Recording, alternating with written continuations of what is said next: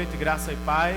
Como é bom estarmos aqui juntos para louvarmos ao Senhor mais uma vez, mais um domingo, juntos para ouvir a sua palavra, cantar hinos de louvor e gratidão e participar hoje especialmente da mesa do Senhor, mesa esta que nos convida à comunhão e ao renovo do nosso amor e compromisso com Ele. Agora vamos abrir a palavra de Deus, por favor. Nós estamos estudando o livro de Eclesiastes e hoje nós chegamos à segunda metade do capítulo de número 10. Eu sei que algumas pessoas estão dizendo, de novo Eclesiastes, enquanto outras estão dizendo, que bom, vamos ouvir outra vez uma mensagem, vamos estudar um livro inteiro da Bíblia. Isso é uma bênção, irmãos. 4 meses estudando um mesmo livro da Bíblia, domingo após domingo. O crescimento que eu tenho visto no coração dos meus irmãos e também no meu é muito gratificante. E eu espero que assim nós sigamos, através dos livros da Bíblia, estudando a Bíblia como ela nos foi dada, livro por livro, capítulo por capítulo. Hoje nós vamos começar a partir do verso 8. Mas antes, eu queria repartir algo com vocês. Há 2 semanas atrás eu tive um privilégio, uma bênção de Deus, de viajar com alguns irmãos da nossa igreja para o Rio de Janeiro, a fim de participar de uma conferência. Foi um momento maravilhoso. Nós éramos 6 quando decidimos viajar, mas na verdade só 4 chegaram lá. Um deles, Davi Patrício, desistiu da viagem em razão de muito trabalho, o que é completamente compreensível, perdoável, e eu tenho certeza que numa outra oportunidade ele vai conosco. Ele está olhando ali para mim, não fale mal de mim não. Vou falar não, cara. Você realmente faltou porque não podia ir. Já Tiago, irmãos, Tiago não foi porque perdeu o voo. Eu estava fazendo o meu check-in às 4 da manhã, Tiago chegava no aeroporto feito um louco, procurando o guichê da Gol, ninguém estava na Gol, mas eu quero viajar, e enfim, o nosso irmão não pôde viajar. Numa outra viagem que fizemos juntos, Tiago recebeu o apelido de Tiago Zangado. Eu não sei se você sabe por quê, mas Tiago, ele é um sulista bem durão, metido a cara bravo assim, sabe, a cabra da peste aqui no Nordeste, lá eu não sei como é que ele se chama, mas eu sei que ele é bem zangado. Ele tem o prazer de dizer que é filho de caminhoneiro, ele se gaba em dizer que apanhou quando criança do tio, da avó, da mãe, de todo mundo em casa, e também de ser um cara que gosta muito de carne com pimenta. Mas há controvérsias porque numa última oportunidade ele não conseguiu comer a pimenta do nosso irmão Cleomir. Foi bem difícil. Mas Tiago zangado, estava Tiago bem mansinho no dia. Eu nunca vi. Ele chegou para a moça, eu quero viajar. Por favor, eu preciso viajar. Eu organizei toda a viagem, os meus amigos estão viajando. Eu quero viajar. E a cada frase que ele organizava, a moça dizia, não, hoje não dá mais. Não, hoje não tem mais como. Não, hoje não tem mais voo. E amanhã tem voo? Tem. Quanto é? R$2.000. Pô, moço, eu não vou poder pagar. E o que aconteceu? Tiago ficou para trás e pela providência de Deus não foi conosco. Chegamos lá e viajar para uma cidade desconhecida é um tanto quanto difícil. Descemos no aeroporto, precisávamos ir para o outro lado da cidade.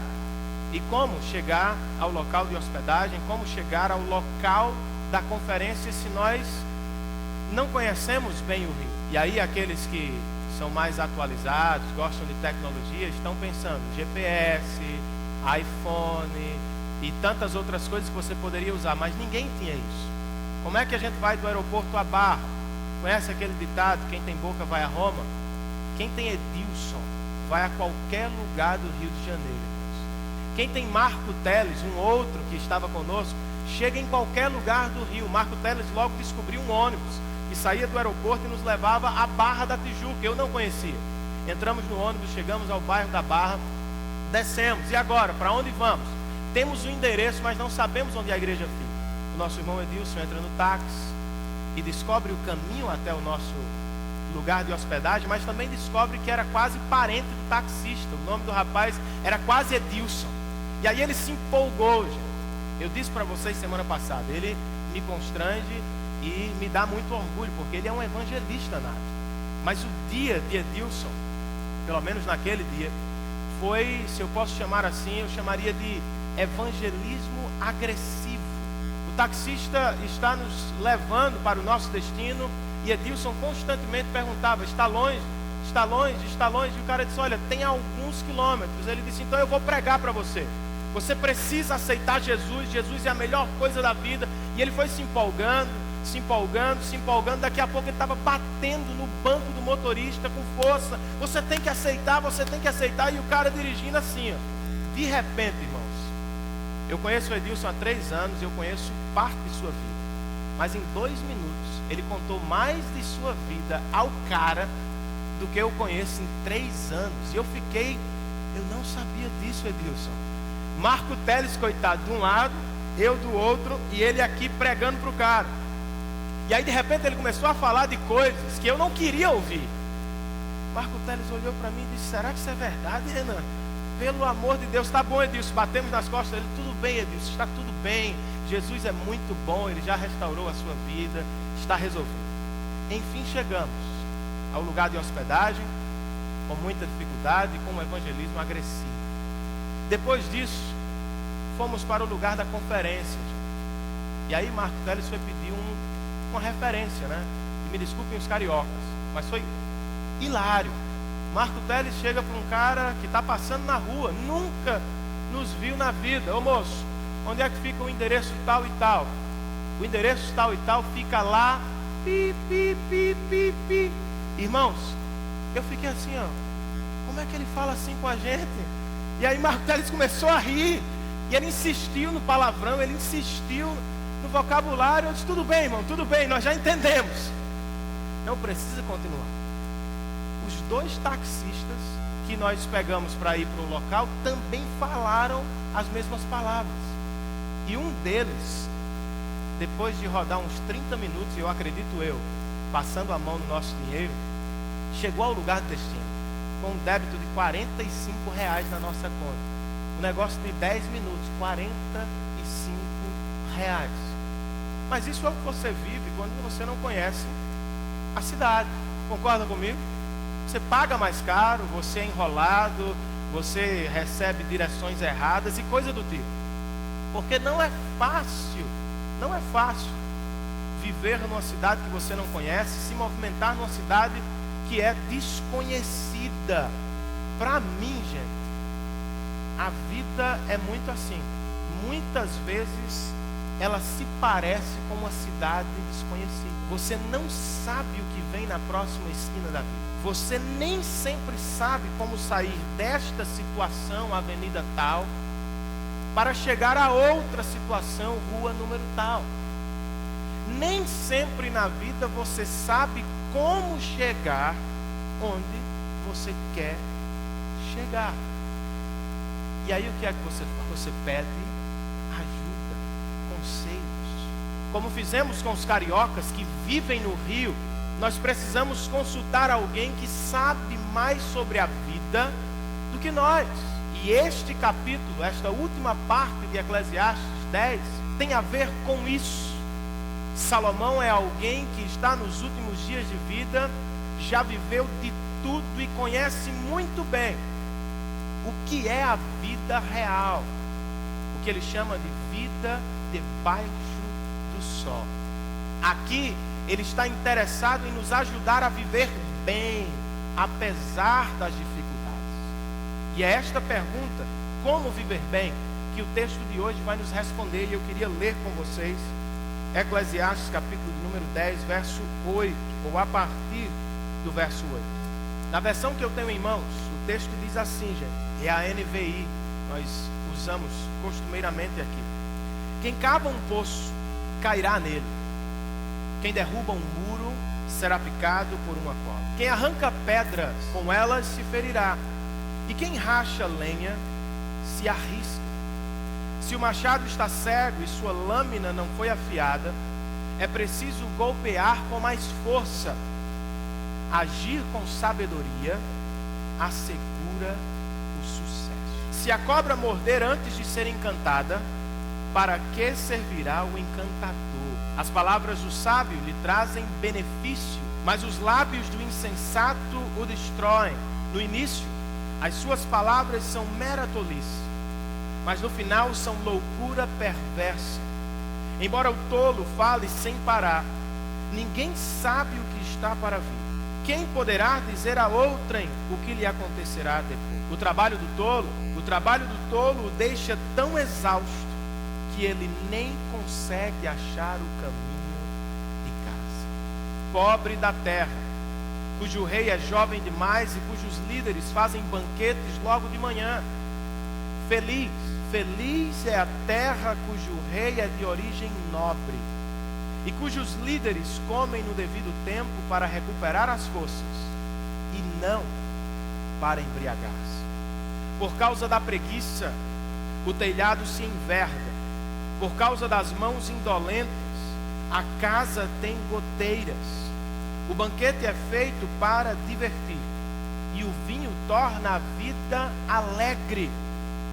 Mas isso tudo se paga com dinheiro. Nem em pensamento insulte o rei, nem mesmo em seu quarto amaldiçoe o rico. Porque uma ave do céu poderá levar as suas palavras, e seres alados poderão divulgar o que você disser. Pai, nós estamos diante da Tua voz, Tua palavra, e nós te rogamos que por graça e misericórdia o Senhor fale aos nossos corações. A vida nem sempre é uma experiência fácil, ó Deus. Vez por outra, ela se torna tão complicada como andar numa cidade desconhecida. Nem sempre sabemos o que vem depois.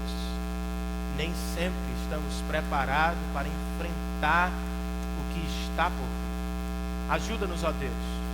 Ajuda-nos a viver bem os dias que temos recebido do Senhor. Esta é a nossa oração.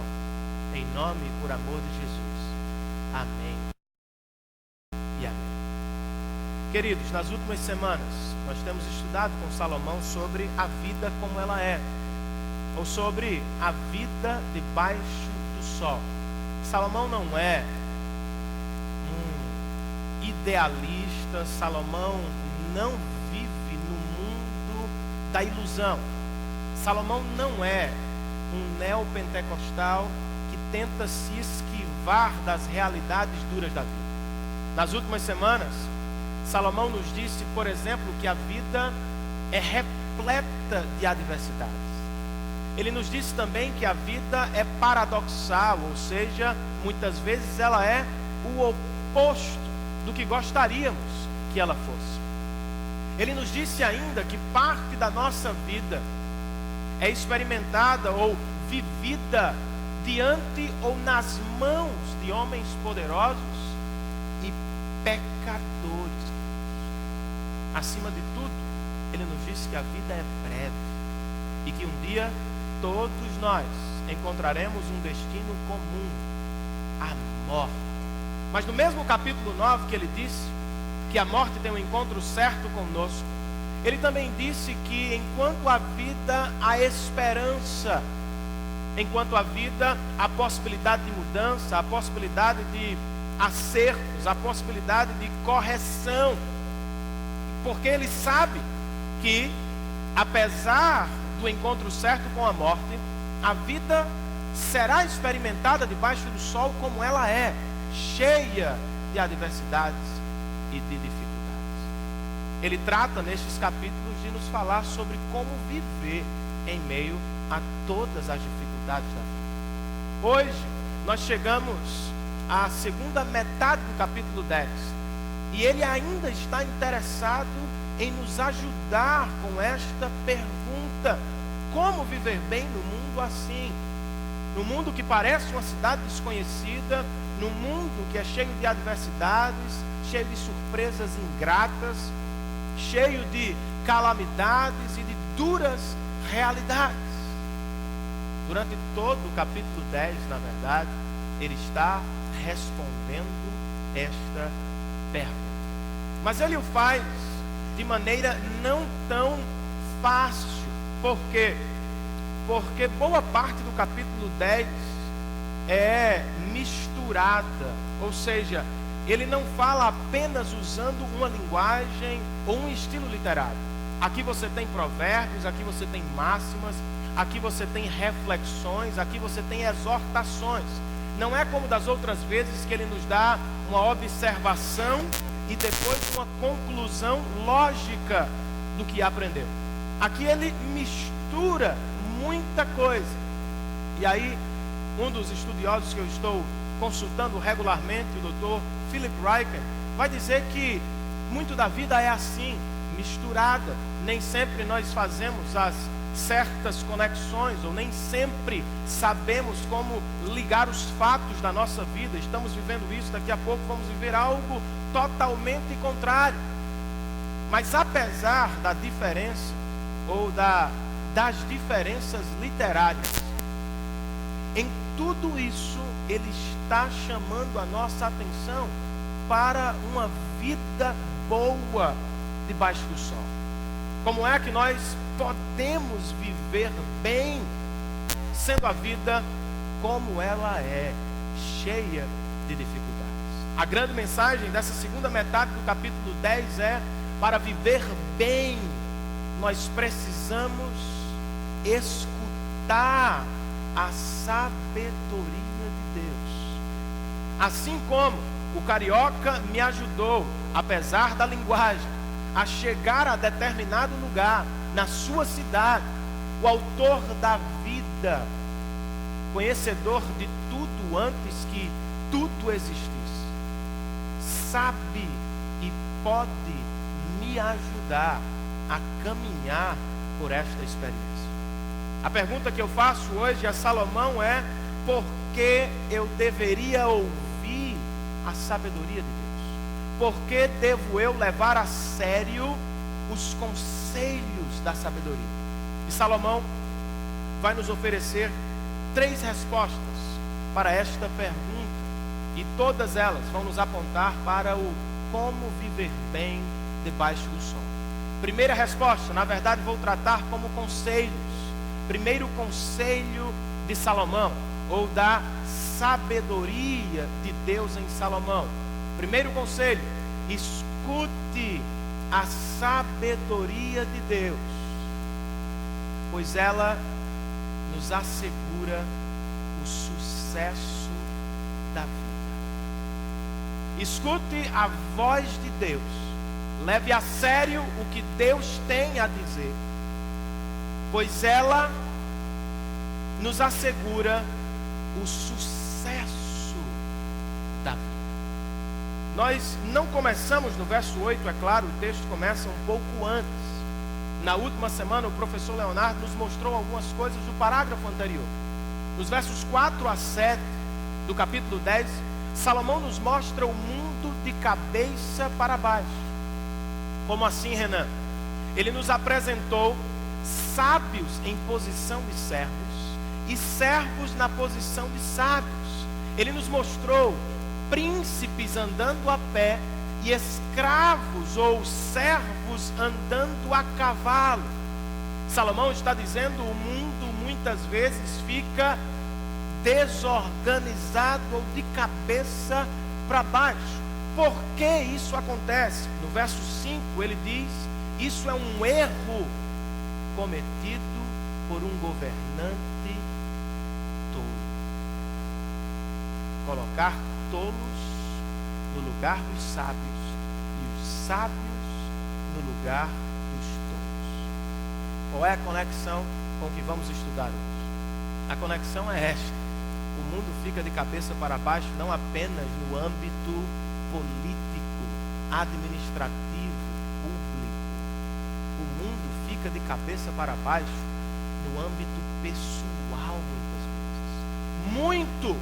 Muito disso acontece porque nós não ouvimos a voz de Deus, ou simplesmente aceitamos a nossa sabedoria como se ela fosse melhor do que a sabedoria de Deus. Ele nos dá 4 ilustrações da vida real e do que acontece com aqueles que não escutam a voz de Deus.